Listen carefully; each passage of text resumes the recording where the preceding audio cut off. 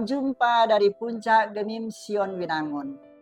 Kita akan mengikuti Sabda Pagi, edisi 4 September tahun 2024. Namun sebelumnya, mari berdoa. Kasih-Mu tiada bertara, dan itu kami rasakan dalam kehidupan kami di pagi hari ini. Engkau sudah menjaga melindungi sepanjang hari, sepanjang malam yang berlalu. Sehingga saat ini Tuhan, kami akan memulaikan aktivitas kami.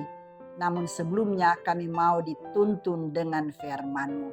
Berfirman Tuhan, kami siap mendengarkannya. Dalam nama Tuhan Yesus. Amin. Saudara-saudara, 1 Korintus 12 ayat 8 berkata demikian. Sebab kepada yang seorang, Roh memberikan karunia untuk berkata-kata dengan hikmat, dan kepada yang lain, Roh yang sama memberikan karunia berkata-kata dengan pengetahuan. Tema kita saat ini ialah berkata dengan hikmat dan pengetahuan. Saudaraku yang dikasihi oleh Tuhan, ada ungkapan berkata, mulutmu adalah harimaumu. Kata yang sepadan dengan itu ialah karena mulut badan binasa. Kedua kalimat tersebut merupakan nasihat agar ketika berbicara dengan orang lain, kita perlu menjaga perkataan yang akan kita sampaikan. Sebab perkataan yang tidak terkontrol atau terkendali akibatnya membuat pertengkaran dan bahkan menimbulkan permusuhan.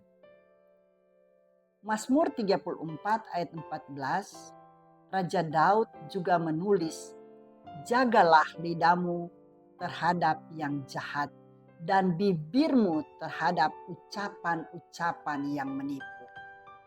Saudara-saudara, dari ayat ini diingatkan bahwa dari anggota tubuh manusia yang tidak memiliki tulang yaitu lidah, bisa lahir hal-hal yang jahat dan menipu yang bertujuannya mencelakai orang lain.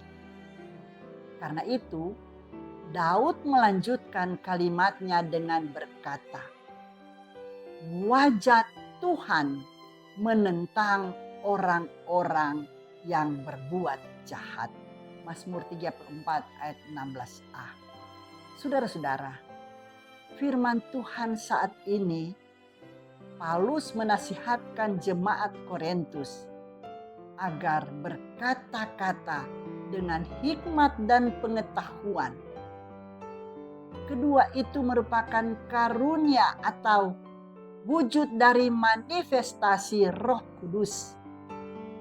Roh menyatakan diri dalam komunikasi hikmat Allah kepada orang lain. Hikmat mungkin diperoleh melalui belajar atau dari penyataan Allah. Namun dia baru berguna kalau digunakan untuk kepentingan bersama.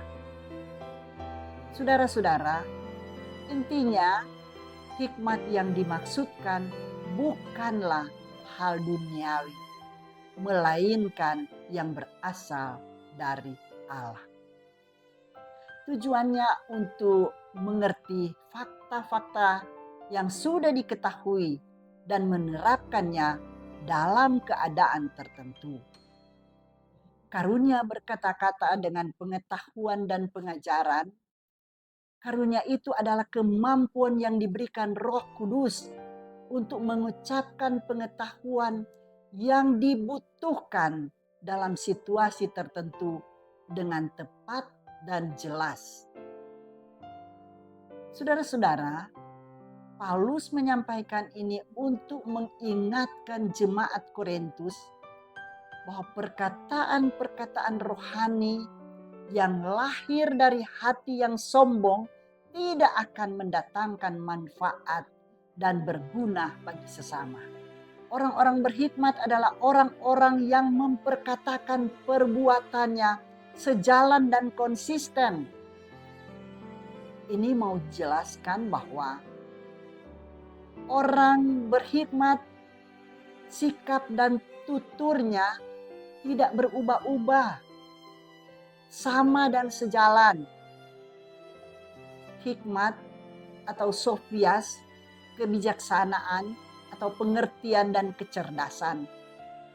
Untuk menjadikan orang berhikmat, dan dalam surat 1 Yakobus 1 ayat 5 ditulis, tetapi apabila di antara kamu ada yang kekurangan hikmat, hendaklah ia memintanya kepada Allah yang memberikan kepada semua orang dengan murah hati. Saudara-saudara, di sini hikmat disebutkan berasal dari Allah. Dan karena itu untuk menjadi bijaksana, hendaklah kita memintanya kepada Allah. Tetapi ada syaratnya.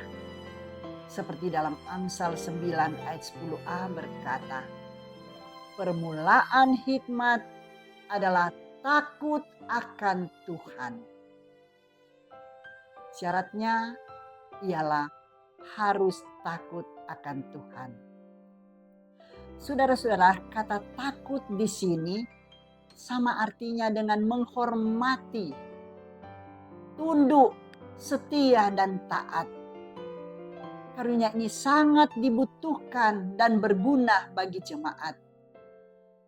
Dengan perkataan hikmat, bukan hanya dapat menyampaikan kebenaran, tetapi juga menjadi teladan bagi orang lain. Intinya, hikmat bukanlah tentang hal duniawi, melainkan yang berasal dari Allah.